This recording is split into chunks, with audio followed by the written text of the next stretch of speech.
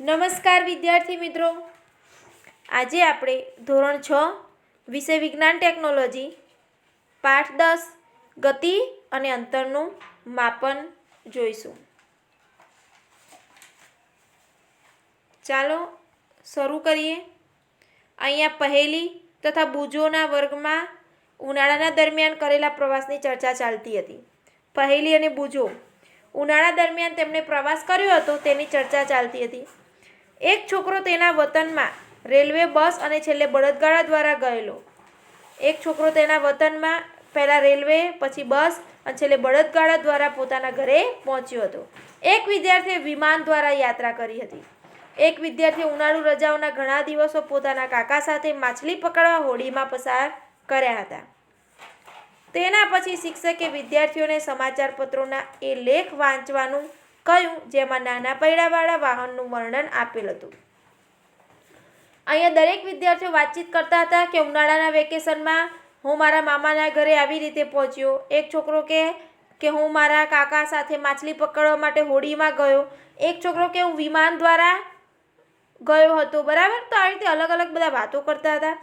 તેના પછી શિક્ષકે વિદ્યાર્થીઓને સમાચાર પત્રોના એક લેખ વાંચવાનું કહ્યું કે એક લેખ હતો એ વાંચવાનું કહ્યું હતું જેમાં નાના પૈડાવાળા વાહનનું વર્ણન આપેલું હતું. નાના પૈડાવાળા જે વાહન હોય તેનું વર્ણન આપેલું હતું, જે મંગળ ગ્રહની સપાટી પર ચાલ્યું હતું. એના પ્રયોગો પણ કર્યા હતા.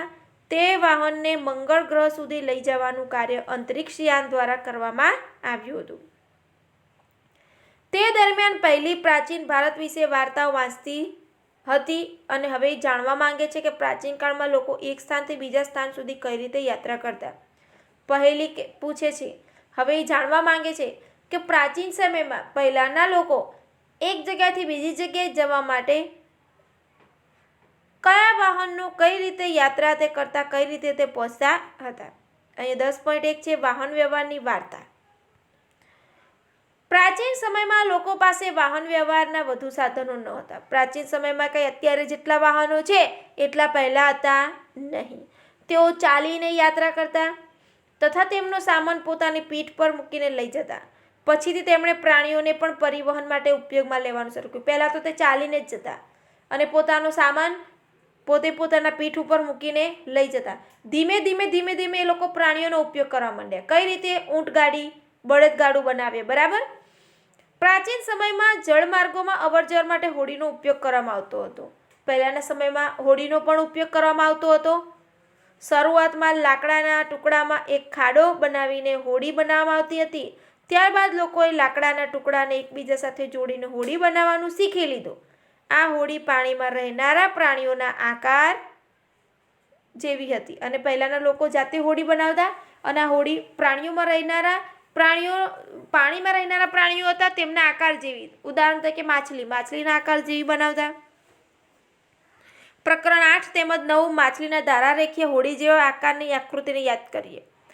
આગળ પ્રકરણ 8માં અને 9માં માછલીની ધારારેખીય માછલીની આકૃતિ આપણે યાદ કરી લો તમે કે પૈડાની શોધ બાદ વાહન વ્યવહારની પ્રણાલીમાં અત્યંત મહત્વપૂર્ણ પરિવર્તન આવ્યા અને પૈડાની શોધ થતાં આ વાહન વ્યવહારના પ્રણાલીમાં બહુ મહત્વપૂર્ણ પરિવર્તન આવ્યા.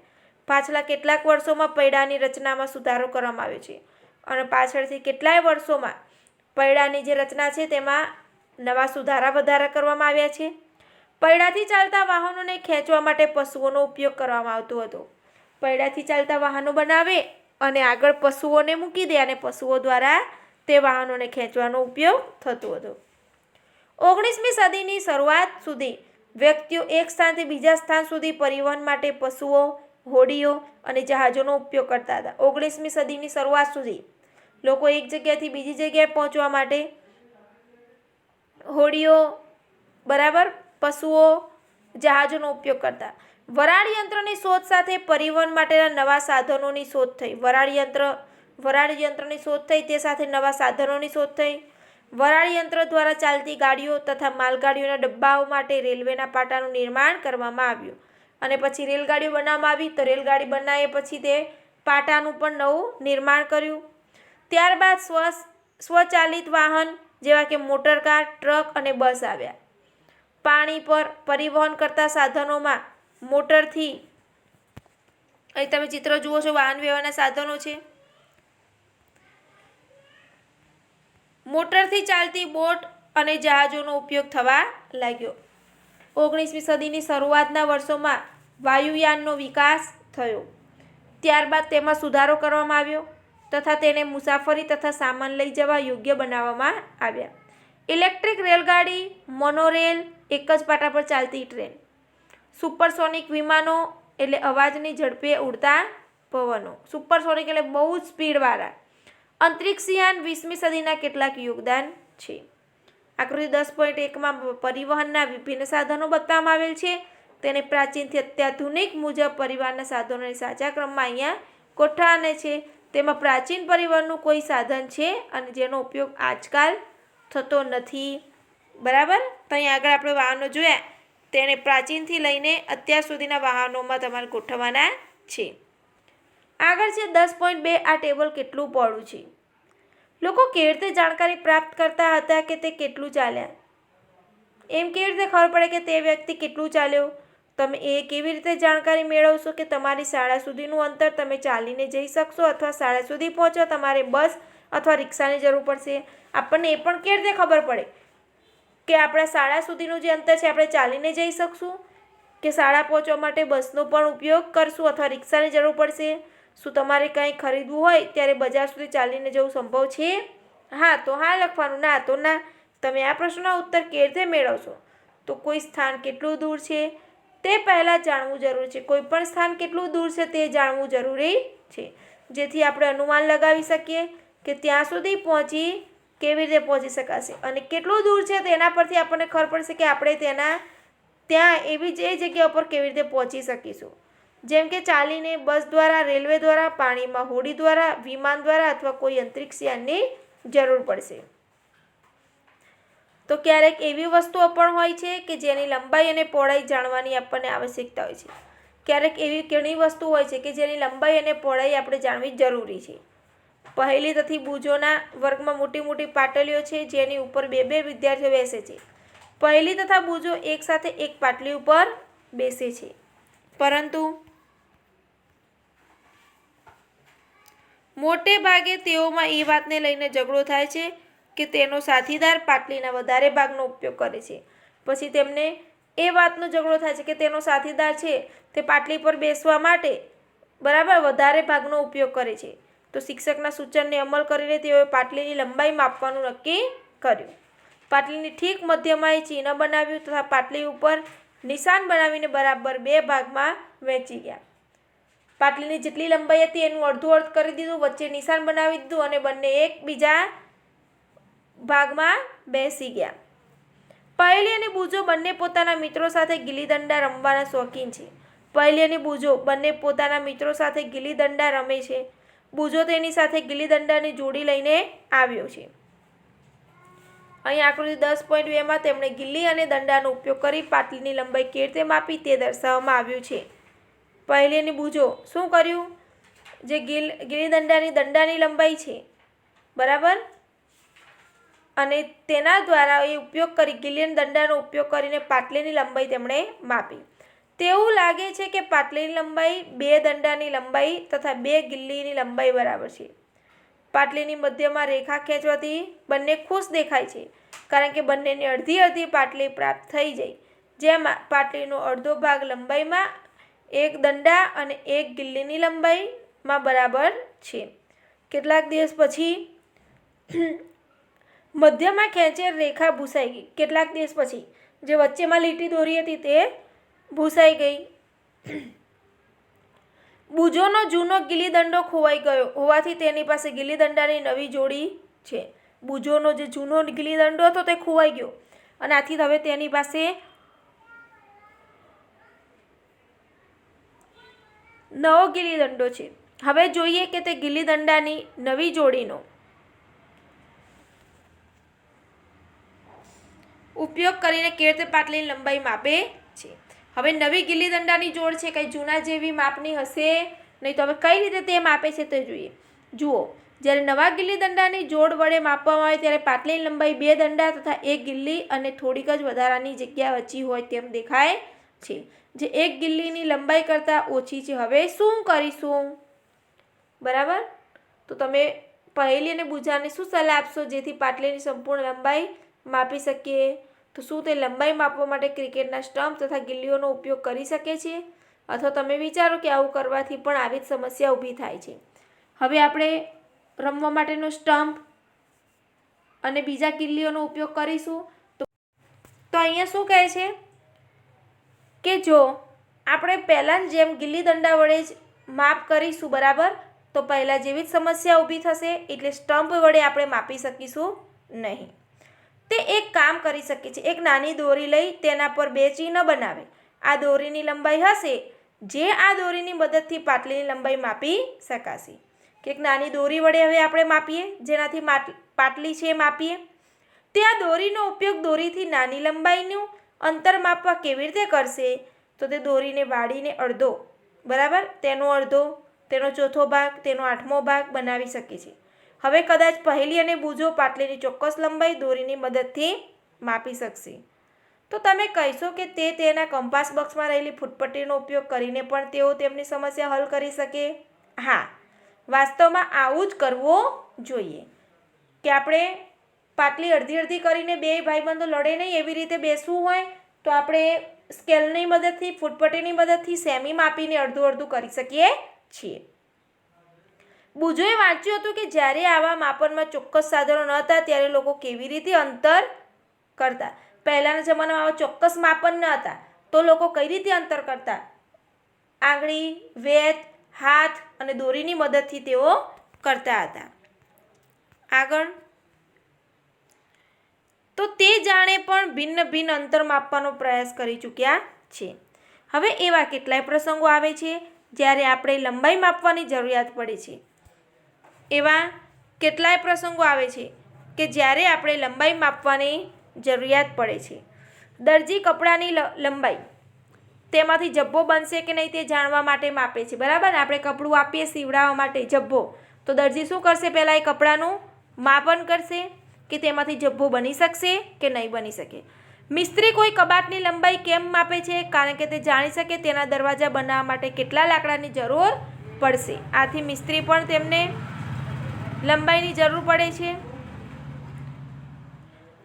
તો કોઈ ખેડૂતને પોતાના ખેતરની લંબાઈ, પહોળાઈ તથા ક્ષેત્રફળ જાણવાની આવશ્યકતા એટલા માટે હોય છે કે તે જાણી શકે કે તેને ખેતરમાં કેટલા બીજ રોપવાની જરૂરિયાત છે. તો ખેતરની લંબાઈ ને પહોળાઈ એ ખેડૂતને પણ જાણવી જરૂરી છે કે જેથી તે ખેતરમાં કેટલા બીજ રોપવાની જરૂરિયાત પડશે અને પાક માટે કેટલા પાણીની જરૂરિયાત પડશે તેના માટે પણ લંબાઈ અને પહોળાઈ તેને જાણવી જરૂરી છે. જ્યારે તમને પૂછવામાં આવે કે તમારી લંબાઈ કેટલી છે ત્યારે તમે એક સરળ રેખીય લંબાઈ બતાવશો કે જે તમારા માથાથી તમારા પગની એડી સુધીની લંબાઈ બરાબર હોય. તો આ સાવરણી કેટલી લાંબી છે? આ પાટલી કેટલી પહોળી છે? દિલ્હીથી લખનઉ કેટલું દૂર છે? પૃથ્વીથી ચંદ્ર કેટલો દૂર છે? આ બધાય પ્રશ્નોમાં એક વાત સરખી છે કે તે બધા 2 સ્થાનો વચ્ચેના અંતર સંબંધિત છે. બે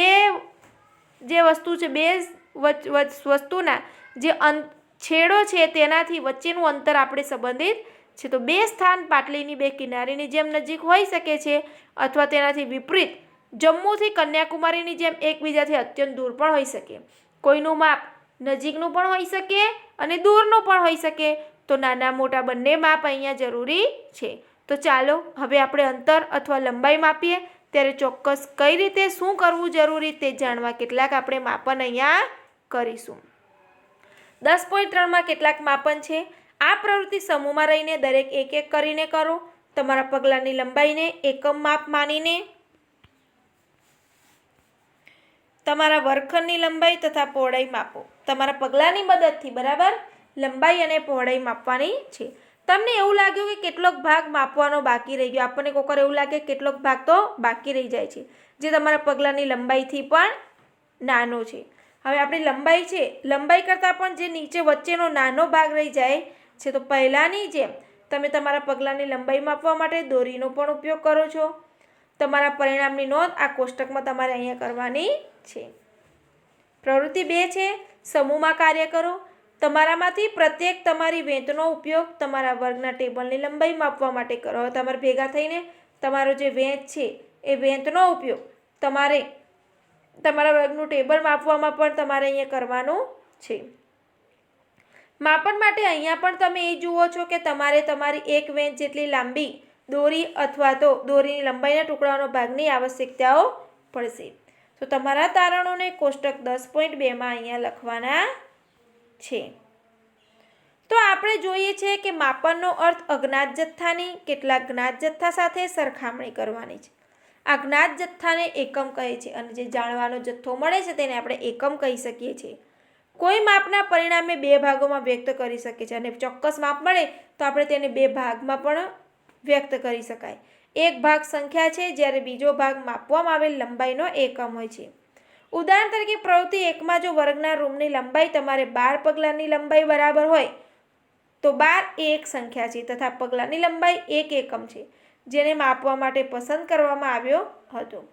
તો હવે કોષ્ટક 10.1 10.2માં નોંધેલા બધા જ માપનો અભ્યાસ કરો. શું પ્રત્યેક પગ વડે માપવામાં આવેલા વર્ગખંડની લંબાઈ સરખી છે? તો ના. તો શું બધાની વેંચ દ્વારા માપવામાં આવેલ ટેબલની લંબાઈ સરખી હોય? ના. કોઈનો હાથ મોટો હોય, વેંચ નાનો મોટો પણ થઈ શકે છે. કદાચ આ પરિણામ ભિન્ન ભિન્ન પણ હોઈ શકે, અલગ અલગ પણ હોઈ શકે છે, કારણ કે તમારા વેંચની લંબાઈ તમારા મિત્રના વેંચની લંબાઈથી પણ અલગ હોઈ શકે છે. તેવી જ રીતે બધા જ વિદ્યાર્થીઓના પગલાંની લંબાઈ પણ અલગ અલગ હોઈ શકે છે. બરાબર? તો દરેકના હાથની વેંચ અને પગલાંની લંબાઈઓ અલગ અલગ હોય છે. જેથી તમે વેંચ અથવા પગલાંની લંબાઈ દ્વારા માપેલ અંતર કોઈ વ્યક્તિને બતાવો છો ત્યારે તે વાસ્તવમાં સમજી શકતો નથી. આપણે કોઈક વાર કહીએ કે 4 વેંચ, પણ તે જે મોટી વ્યક્તિને આપણે કીધું 4 વેંચ, તો એના તો વેંચ મોટા થઈ જશે, તો એ આપણને ચોક્કસ માપ મળતું નથી. કારણ કે વાસ્તવિક લંબાઈ જાણવા માટે વેંચ અથવા પગલાંની લંબાઈ જાણવી જ આવશ્યક છે. આથી આપણને માપનના કેટલાક એવા એકમોની આવશ્યકતા છે જે દરેક વ્યક્તિ માટે સમાન હોય. તો માપનનું એક એવું એકમ જરૂરી છે કે દરેક વ્યક્તિ માટે તે સમાન હોય. આગળ જોઈએ માપનના પ્રમાણિત એકમો.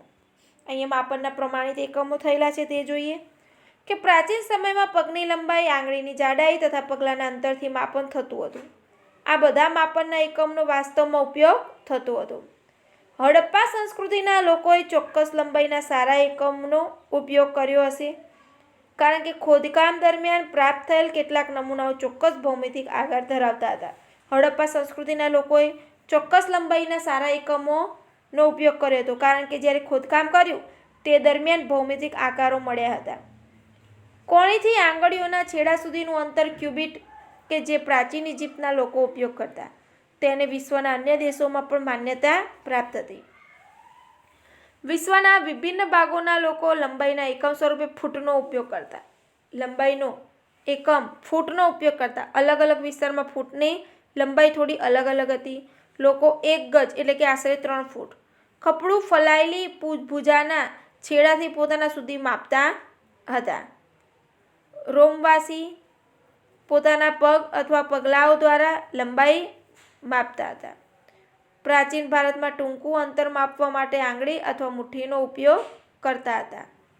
આજે પણ ભારતના કેટલાક શહેરોમાં ફૂલમાળી ફૂલહારની વેચતી વખતે પોતાના હાથની લંબાઈનો ઉપયોગ કરે છે. ફૂલમાળી શું કરે છે? ફૂલોનો જે હાર હોય છે તેને માપવા માટે પોતાના હાથનો ઉપયોગ કરે છે. તો હાથની લંબાઈનો ઉપયોગ એકમ તરીકે કરે છે. તો સુવિધા અનુસાર શરીરના એવા અનેક ભાગોનો એકમ સ્વરૂપે ઉપયોગ થતો રહ્યો છે. તેથી પ્રત્યેક વ્યક્તિના શરીરના માપોમાં થોડી થોડી ભિન્નતા હોવાના કારણે માપનમાં મૂંઝવણ આવી જાય છે.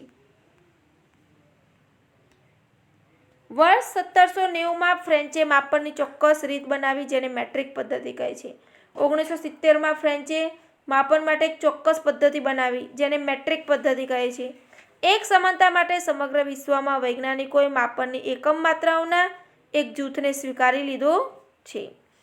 એક સમાનતા માટે. તો આજકાલ જે માપન પ્રણાલીનો ઉપયોગ થઈ રહ્યો છે તેને આંતરરાષ્ટ્રીય એકમ પ્રણાલી કહે છે. અને આજે માપન પ્રણાલીમાં જેનો ઉપયોગ થઈ રહ્યો છે તેને આજે આપણે આંતરરાષ્ટ્રીય એકમ પ્રણાલી કહેવાય છે. તો લંબાઈનો SI એકમ મીટર છે.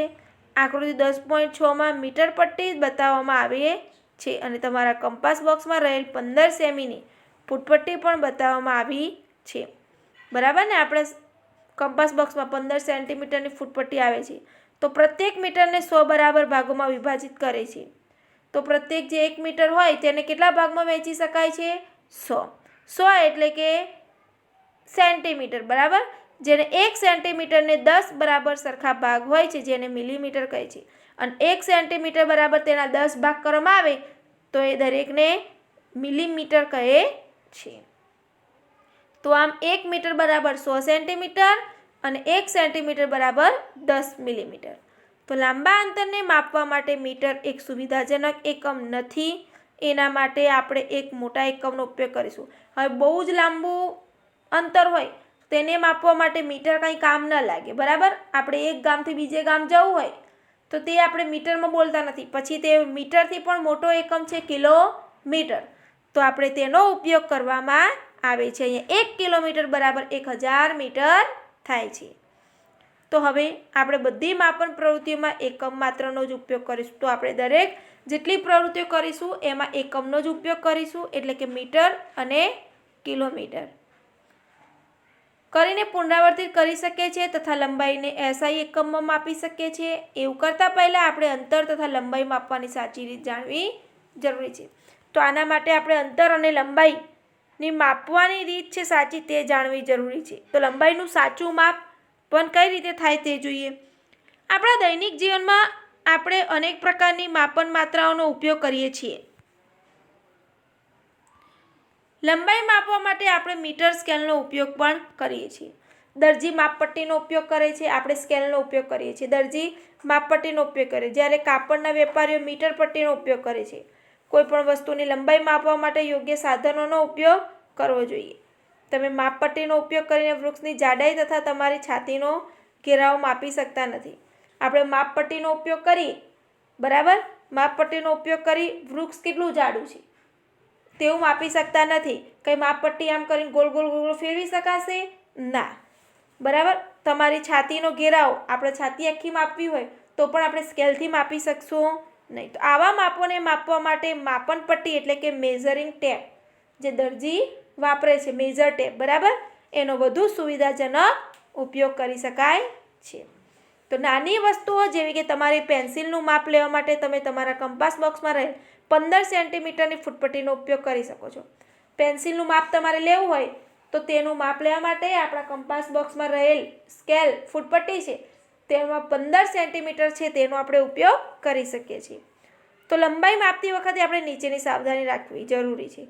હવે લંબાઈ આપણે માપવી હોય તો નીચેની સાવધાની રાખવી જરૂરી છે.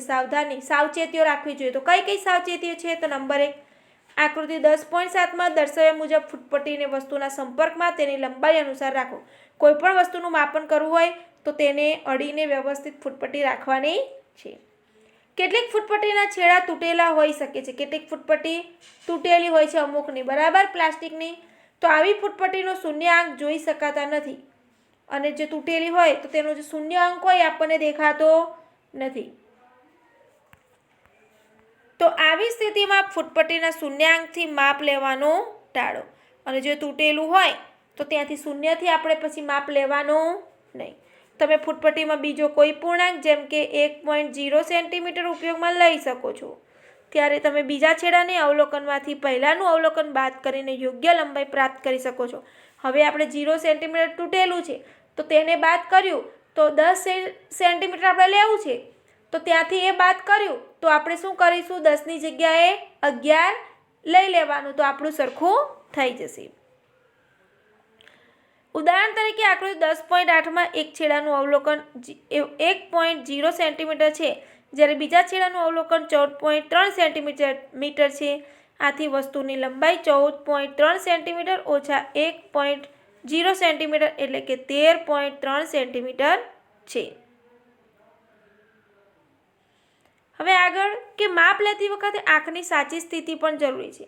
માપ લેતી વખતે આપણે બરાબર આપણી આંખનું ધ્યાન ત્યાં હોવું જોઈએ, બરાબર. માપતા આ બાજુ હોય ને બીજે આપણે ડાફોડે મારીએ તો પણ આપણું માપ ખોટું આવે છે. તો આકૃતિ 10.9માં દર્શાવ્યા મુજબ તમારી આંખ જે બિંદુનું માપ લેવાનું છે તેની બરાબર સામે હોવું જોઈએ, બરાબર. આપણી દ્રષ્ટિ બીજે ક્યાંય હોવી ન જોઈએ. સ્થિતિ બીની આંખની સાચી રીત છે ધ્યાન રાખો, બી પરથી જોવાથી અવલોકન 7.5 સેમી છે, જ્યારે એ અને સી પરથી જોતા અવલોકન અલગ હોઈ શકે છે. આગળ, તમારા સહપાઠીની ઊંચાઈ પહેલા વેંત અને પછી માપપટ્ટી દ્વારા માપો. તમારા સહપાઠીને દિવાલ સાથે પીઠ રાખીને ઊભા રહેવાનું કહો અને તેના માથા ઉપર દિવાલ પર એક નિશાન બનાવો. તેને ઊભા રાખીને એક નિશાન બનાવી દેવાનું છે.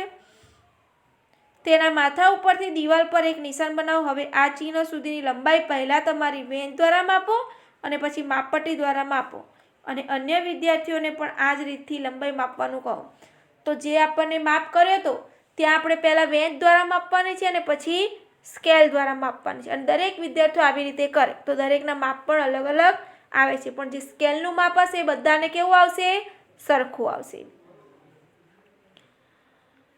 તો બધાના તારણ કોષ્ટક 10.3માં લખવાનું. તો વિવિધ વિદ્યાર્થીઓ દ્વારા પ્રાપ્ત પરિણામોનું ધ્યાનપૂર્વક અધ્યયન કરો અને પછી પરિણામ જુઓ. કોલમ 2માં પરિણામ એકબીજાથી ભિન્ન હોઈ શકે છે, કારણ કે વિદ્યાર્થીઓની વેંતની લંબાઈ એકબીજાથી અલગ હોઈ શકે છે. હવે કોલમ 3માં પરિણામો જોઈએ તો બધા જ માપ યોગ્ય માપના માત્ર દ્વારા લેવામાં આવ્યા છે. જે લોકોએ સ્કેલથી માપ્યું હશે તેના બધાના માપના કેવા આવશે? સરખા.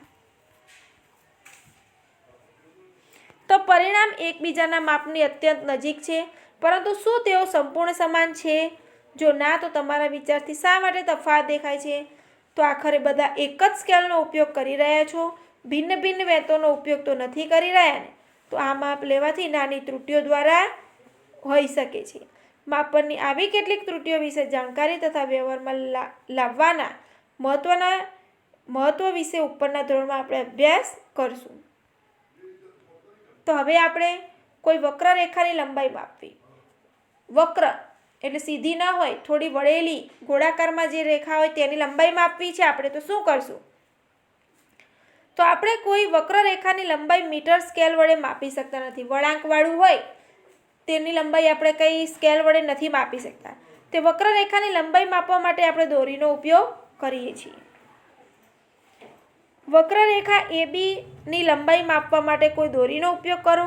દોરીના એક છેડા પર ગાંઠ બાંધો. બરાબર, આ ગાંઠને બિંદુ A પર રાખો. હવે દોરીને તમારી આંગળી તથા અંગૂઠાની મદદથી ખેંચાયેલી રાખો અને તેના નાના ભાગને રેખા અનુસાર રાખીને માપો. આ બિંદુ પર તમારા એક હાથથી દોરીને પકડો અને તમારા બીજા હાથથી દોરીના થોડા ભાગને વક્રરેખા અનુસાર ફેલાવો. તો આ પ્રક્રિયાને પુનરાવર્તિત કરીને વક્રરેખા બિંદુ B સુધી પહોંચો. તો દોરીનો જે ભાગ બિંદુ B પર છે તે નિશાનીથી અંકિત કરો. હવે આ દોરીને મીટર સ્કેલ પર ફેરવો. જે વક્રરેખા આપણે સ્કેલથી નથી માપી શક્યા એ દોરીથી માપીશું, અને દોરી જેટલી થઈ એનું માપ એ દોરીને પછી આપણે સ્કેલથી માપી શકીશું. તો દોરીની શરૂઆતની ગાંઠ તથા બીજા છેડા પર નોંધેલ નિશાનની વચ્ચેની લંબાઈ માપો. તો આ માપ વક્રરેખા ABની લંબાઈ છે. તો આપણે જોયું કે અંતર તથા લંબાઈનું ચોક્કસ માપન માપવા માટે અત્યંત ચોકસાઈ રાખવી પડે. તો અંતર અને લંબાઈનું આપણે ચોક્કસ માપન કરવા માટે ચોકસાઈ રાખવી પડે છે. અને માપન માટે કેટલાક પ્રમાણભૂત એકમ તથા માપનના પરિણામોને વ્યક્ત કરવા માટે આપણે કેટલાક યોગ્ય સાધનોની જરૂર પડશે. તો આપણે સાચું માપવા માટે કેટલાક એકમો, બરાબર, એકમ તથા માપન પરિણામોને વ્યક્ત કરવામાં આપણે કેટલાક યોગ્ય સાધનોની પણ અહીંયા જરૂર પડે છે. અહીં 10.7 છે કે આપણી આસપાસની ગતિશીલ વસ્તુઓ. એવી વસ્તુઓ વિશે વિચારો કે જે હમણાં જ જોઈ છે. યાદી કોષ્ટક 10.4માં લખો. સ્કૂલ બેગ, મચ્છર, ટેબલ, પાટલી પર બેઠેલ વ્યક્તિઓ, અહીં તહીં જતા લોકો, તેનાથી વિશેષ પતંગિયા, કૂતરા, ગાય, તમારો હાથ, નાના બાળકો, પાણીમાં તરતી માછલી, ઘર, કારખાનું, પથ્થર, ઘોડો, દોરડો, બેટ, ચાલતી રેલગાડી, સિલાઈ મશીન, દિવાલ ઘડિયાળ, ઘડિયાળના કાંટા પણ હોઈ શકે. તમે જેટલી લાંબી યાદી બનાવી શકતા હોય તેટલી બનાવો અને તેમાંથી કેટલી ગતિશીલ છે, કેટલી સ્થિર છે. તો દરેક વસ્તુમાં કેટલી ગતિશીલ છે અને કેટલી સ્થિર છે તેની પણ યાદી ભેગી બનાવવાની છે. તમે એ ધ્યાન આપ્યું હશે કે પક્ષી એક જ સ્થાને હોતા નથી, પક્ષી સ્થિર હશે નહીં. જ્યારે ટેબલ એક જ સ્થાને પડેલું હોય છે, બરાબર. ટેબલ જે આપણી યાદીમાં લખેલું છે તે એક જ સ્થાને હોય છે. આના આધારે સુનિશ્ચિત કર્યું હશે કે કોઈ વસ્તુ ગતિમાં છે કે સ્થિર.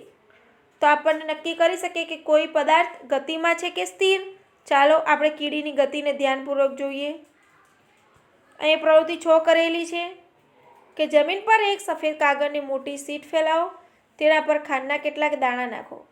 કીડીઓ આ ખાંડના દાણા તરફ આકર્ષિત થશે તથા તમે થોડી વારમાં જ એ કાગળની શીટ પર ઘણી બધી કીડીઓને ફરતી જોઈ હશે, બરાબર.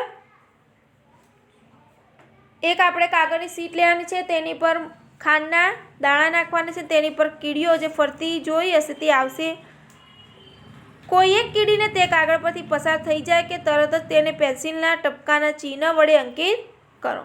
તો જેમ જેમ કીડી કાગળ પર ચાલતી આગળ વધશે તેમ તેમ પેન્સિલના ટપકા અંકિત કરતા જાઓ.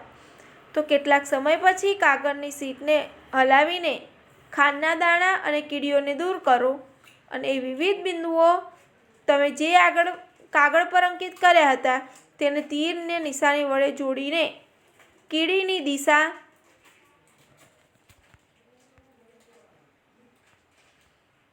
બતાવો અને તમામ બિંદુ કે જે અંકિત કર્યા હતા તે કેટલીક સેકન્ડમાં અંતરાલમાં કીડીની ગતિને દર્શાવે છે.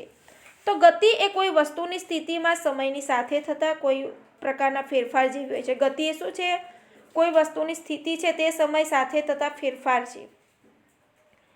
પ્રવૃત્તિ 5માં વસ્તુઓના જૂથ બનાવતી વખતે આપણે ઘડિયાળ, સિલાઈ મશીન અથવા વીજળીનો પંખો જેવી વસ્તુઓને એક જૂથમાં રાખ્યા હતા, બરાબર ને? તો શું આ વસ્તુઓ એક સ્થાનથી બીજા સ્થાને ગતિ કરી શકે છે? તો ના. તો આ ગતિ કીડી અથવા રેલગાડીની ગતિ જેવી છે. ચાલો હવે આપણે કેટલાક પ્રકારની ગતિ જોઈએ, જેમાં આપણે વિવિધ પ્રકારની ગતિને સમજવાની મદદ મળશે. હવે આપણે ગતિ જોઈએ. ગતિના પ્રકારો જોઈશું. તમે સીધા રસ્તા પર વાહનની ગતિ, કોઈ પરેડમાં સૈનિકોની માર્ચ પરેડની ગતિ અથવા કોઈ પડતા પથ્થરની ગતિનું અવલોકન કર્યું હશે. સીધા રસ્તા ઉપર કોઈ વાહન છે, ચાલે છે, તેની ગતિ સીધી. કોઈ પરેડમાં સૈનિકો કેવી રીતે કૂચ કદમ કરે છે, બરાબર, તેમની ગતિ પણ સરખી છે. અને કોઈ પડતા પથ્થરની ગતિનું અવલોકન, અને કોઈ પથ્થર આપણે નાખ્યો સીધો હાથમાંથી છોડી દઈએ તો સીધો નીચે પડે છે તેનું અવલોકન. તો આ કેવા પ્રકારની ગતિ છે? 100 મીટર દોડ હરીફાઈમાં પ્રતિસ્પર્ધી પણ સીધી રેખા ઉપર દોડે છે. તો શું તમે તમારી આજુબાજુ જોઈને આવા કેટલાક પ્રકારના વધારે પ્રમાણના ઉદાહરણ આપી શકશો, બરાબર? તો આ બધા ઉદાહરણોમાં આપણે જોયું કે વસ્તુઓ સીધી રેખામાં જ ગતિ કરે છે. કોઈ પણ વસ્તુ આપણે ઉપરથી ફેંકીએ તો સીધું ક્યાં આવે? નીચે. સીધી રેખામાં ગતિ કરે. આ પ્રકારની ગતિને સરળ રેખીય ગતિ કે સુરેખ ગતિ કહેવામાં આવે છે. પ્રવૃત્તિ 7 છે અહીંયા કે એક પથ્થર લો, તેને દોરીના ટુકડાથી બાંધો તથા તમારા હાથીની મદદથી તેને ઝડપથી ગોળ ગોળ ફેરવો. તો પથ્થરની ગતિને ધ્યાનથી જુઓ. આપણે જોઈએ છે કે પથ્થર ગોળાકાર માર્ગને અનુસરીને ગતિ કરે છે. તો પથ્થર આ રીતે ગોળ ગોળ ગતિ કરે છે. તો આ ગતિમાં પથ્થરનું અંતર તમારા હાથીથી સમાન રહે છે. તો આ પ્રકારની ગતિને વર્તુળાકાર ગતિ કહે છે. વીજળીના પંખાના પાંખિયા ઉપર અંકિત થયેલા ચિહ્નની ગતિ, કોઈ ઘડિયાળના સેકન્ડ કાંટાની ગતિ વર્તુળાકાર ગતિના ઉદાહરણો છે. કે વીજળીના પંખાની પાંખિયા ઉપર અંકિત ગતિ છે, કોઈ ઘડિયાળના સેકન્ડ કાંટાની ગતિ, એ બધા કેવા છે? વર્તુળાકાર ગતિના પ્રકાર. વીજળીનો પંખો અથવા ઘડિયાળ એક સ્થાનથી બીજા સ્થાને સ્વયં ગતિ કરી શકતા નથી. વીજળીનો પંખો કોઈ એક જગ્યાએથી બીજી જગ્યાએ પોતાની જાતે જતો નથી, પરંતુ પંખિયાના પાંખા ફરે છે.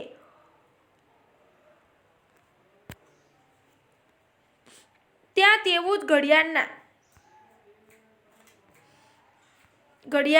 કાંટા પણ ફરે છે. ઘડિયાળના પંખાના આવી રીતે જ ગોળ ગોળ કાંટા ફરે છે. જો આપણે પંખાના પાંખિયા અથવા ઘડિયાળના કાંટા પર કોઈ જગ્યાએ નિશાન બનાવીએ તો ફરતી વખતે પંખા અથવા ઘડિયાળના કેન્દ્રથી તે ચિહ્નનું અંતર સમાન રહેશે. કેટલાક કિસ્સામાં વસ્તુ એક નિશ્ચિત સમય અંતરાલ પછી પોતપોતાની ગતિનું પુનરાવર્તન કરે છે. તો આ પ્રકારની ગતિને આવર્ત ગતિ કહે છે, બરાબર. કેટલીક વાર નિશ્ચિત સમય પછી પોતાનું કામ થઈ ગયું હોય પછી પણ તે ગતિનું પુનરાવર્તન કરે છે. તો આ પ્રકારની ગતિને આવર્ત ગતિ કહે છે. દોરીથી બાંધેલ એક પથ્થર લો જેનો તમે પ્રવૃત્તિ 7માં ઉપયોગ કર્યો હતો. હવે દોરીને તમારા હાથમાં પકડો તથા પથ્થરને દોરીથી લટકાવવા દો. તે એક લોલક છે. શું કરવાનું છે? દોરીને તમારા હાથમાં પકડો અને પથ્થરને દોરીથી લટકાવો. તે એક લોલક છે. તો બીજા હાથ વડે પથ્થરને એક બાજુ ખેંચો અને પછી મુક્ત ગતિ કરવા છોડી દો. અને પછી બીજા હાથ વડે આપણે શું કરવાનું છે? તે પથ્થરને છોડી દેવાનું છે. તો હવે લોલક ગતિમાં છે. લોલક તમે લોલકની ઘડિયાળ જોઈ હશે, બરાબર? લોલક આ બાજુ જાય ને આ બાજુ જાય. તો લોલક ગતિમાં છે. તો તે આવર્ત ગતિનું ઉદાહરણ છે. તો તેને આવર્ત ગતિનું ઉદાહરણ કહેવાય. તો આ લોલક મનોરંજનની સાથે આપણને આવર્ત ગતિ સમજવામાં મદદ કરશે. કોઈ લોલકની ગતિ, વૃક્ષની શાખાઓનું અહીં ત્યાં લહેરાવવું, હિંચકો ખાતા બાળકની ગતિ, જેમ બાળક હિંચકો ખાય છે એવી રીતે જ લોલકની પણ ગતિ છે. સિતારના તારની ગતિ, વાગતી વખતે ઢોલકની સપાટીની ગતિ. તો બધા આવર્ત ગતિના ઉદાહરણો છે જેમાં વસ્તુઓ એક નિશ્ચિત સમયના અંતરાલ પર સમય પર પોતાની ગતિનું પુનરાવર્તન કરે છે. અહીંયા બુજો કહે છે જ્યારે આપણે દોરી વડે બાંધેલા પથ્થરને વર્તુળાકાર ગતિ કરાવીએ છીએ ત્યારે પથ્થરનું હાથીથી અંતર સમાન રહે છે. તો આ વિશે બુજો કંઈ ચોક્કસ કહી શકતો નથી. શું તમે બુજોને આ સમજવામાં મદદ કરશો? બરાબર. તો શું તમે પ્રવૃત્તિ 5માં એક ભાગરૂપે સિલાઈ મશીનનું અવલોકન કર્યું હતું? બરાબર ને? તમે ધ્યાન આપ્યું હશે કે સિલાઈ મશીન તે પોતાની જગ્યા પર જ રહે છે. જ્યારે તેનું પૈડું વર્તુળાકાર ગતિમાં હોય તો તેમાં એક સોય પણ હોય છે જે જ્યાં સુધી પૈડું ફરે છે ત્યાં સુધી નિરંતર ઉપર નીચે ગતિ જ કરે છે. કે આપણે સિલાઈ મશીન છે તેમાં એક પૈડું હોય છે, તે વર્તુળાકાર ગતિમાં હોય છે. એમાં એક સોય પણ હોય છે કે જ્યાં સુધી પૈડું ફરે છે ત્યાં સુધી નિરંતર આપણે ઉપર નીચે ગતિ કરી શકીએ છીએ. એવું નથી. અહીં સોય આવર્ત ગતિ કરે છે. સોય કેવું કરે છે? ઉપર જાય છે, નીચે જાય છે, આવર્ત ગતિ કરે છે. તો શું તમે જમીન પર ગબડતા દડાની ગતિનું અવલોકન કર્યું છે? તો અહીં દડો જમીન પર ગબડતો આગળ ગતિ કરે છે. બરાબર? દડો હોય જમીન ઉપર ગબડતો આગળ જાય છે. તો આ પ્રકારે દડો સરળ રેખીય ગતિની સાથે સાથે વર્તુળાકાર ગતિ પણ કરે છે. શું તમે આવા અન્ય ઉદાહરણો બતાવી શકો છો કે જેમાં વસ્તુની ગતિ વિભિન્ન પ્રકારની ગતિ સાથે સુસંગત હોય? કે વસ્તુની ગતિ એ વિભિન્ન પ્રકારની ગતિ, જે અલગ અલગ પ્રકારની ગતિ છે તેની સાથે સુસંગત હોય. તો આ પ્રકરણમાં આપણે ઘણી બધી માપનની પ્રવૃત્તિઓ કરી તથા કેટલાક પ્રકારની ગતિના વિષયમાં ચર્ચા કરી. તો આપણે જોયું કે સમયની સાથે સ્થિતિમાં થતા ફેરફારને ગતિ કહે છે. કે સમયની સાથે જે સ્થિતિમાં ફેરફાર થાય તેને ગતિ કહેવાય છે. સ્થિતિમાં થયેલ આ પરિવર્તનને આપણે અંતરમાપન દ્વારા સમજી શકીએ છીએ. આનાથી આપણને એ જાણકારી પ્રાપ્ત થાય છે કે કોઈ વસ્તુ કેટલી ધીમી અથવા ઝડપી ગતિ કરી રહી છે. તેના પરથી એ નક્કી થાય કે કેટલીક વસ્તુઓ કેટલી ધીમી ગતિ કરે છે, કેટલી ઝડપથી. તો જમીન પર ગોકળગાયની ગતિ, પતંગિયાનું એક પુષ્પ પરથી બીજા પુષ્પ પર જવું, નદીના પ્રવાહમાં નાના પથ્થરોની ગતિ, વિમાનનું હવામાં ઊંચાઈએ ચડવું અને પૃથ્વીની આજુબાજુ ચંદ્રની ગતિ આપણા શરીરમાં રુધિરનું પરિવહન કરે છે. અને બધા ઉદાહરણો આપણી આજુબાજુ થનારી ગતિને દર્શાવે છે. તો આ પૃથ્વીની આજુબાજુ જે ચંદ્રની ગતિ છે એ આપણા શરીરમાં રુધિરનું પરિવહન વગેરે. તો બધા જ ઉદાહરણો આપણી આજુબાજુમાં થનારી ગતિને દર્શાવે છે. આગળ આ પાઠનો સારાંશ જોઈએ કે એક સ્થાનથી બીજા સ્થાને જવા માટે પરિવહનનો વિવિધ સાધનો ઉપયોગ કરવામાં આવે છે. આપણે એક સ્થાનથી બીજા સ્થાને જવું હોય તો આપણે વાહનોનો, સાધનોનો ઉપયોગ કરીએ છીએ. પ્રાચીન કાળમાં લોકો પગલાંની લંબાઈ, કાગળની જાડાઈ, એક પગલાંની દૂરી વગેરેનો ઉપયોગ માપનના એકમ સ્વરૂપે કરતા હતા. પ્રાચીન કાળમાં લોકો પગલાંની લંબાઈ, કાગળની જાડાઈ, એક પગલાંની દૂરી વગેરેનો ઉપયોગ માપનનો એકમ હતો એ પ્રમાણે કરતા. તેનાથી મૂંઝવણ થતી હતી તથા કેટલાક માટે કોઈ એક સમાન માપન પ્રણાલીને વિકસિત કરવાની આવશ્યકતા પણ ઊભી થઈ. તો હવે આપણે એકમોની આંતરરાષ્ટ્રીય પ્રણાલીનો ઉપયોગ કરીએ છીએ અને તેને સમગ્ર વિશ્વમાં માન્યતા પ્રાપ્ત છે. એસઆઈ એકમમાં લંબાઈનો એકમ મીટર છે. આગળ જોઈએ કે સીધી રેખાને અનુસરીને થતી ગતિને સરળ રેખીય ગતિ અને સુરેખ ગતિ કહે છે. જે સીધી રેખામાં ગતિ કરે છે તેને સુરેખ ગતિ અથવા તો રેખીય ગતિ કહેવામાં આવે છે. વર્તુળાકાર ગતિમાં કોઈ વસ્તુ એવા પ્રકારની ગતિ કરે છે કે કોઈ વસ્તુનું કોઈ નિયત બિંદુથી અંતર સમાન રહે છે. અને વર્તુળાકાર ગતિમાં કે આ પ્રકારની ગતિમાં એવી રીતે થાય છે કે વસ્તુનું કોઈ નિયત બિંદુથી અંતર તેને સમાન રહે. અને એવી ગતિ કે કોઈ નિશ્ચિત સમય અંતરાલ પર પુનરાવર્તિત થતી હોય તેને આવર્ત ગતિ કહે છે. તો વિદ્યાર્થી મિત્રો, અહીં આપણો આ પાઠ સમાપ્ત થાય છે. ધન્યવાદ.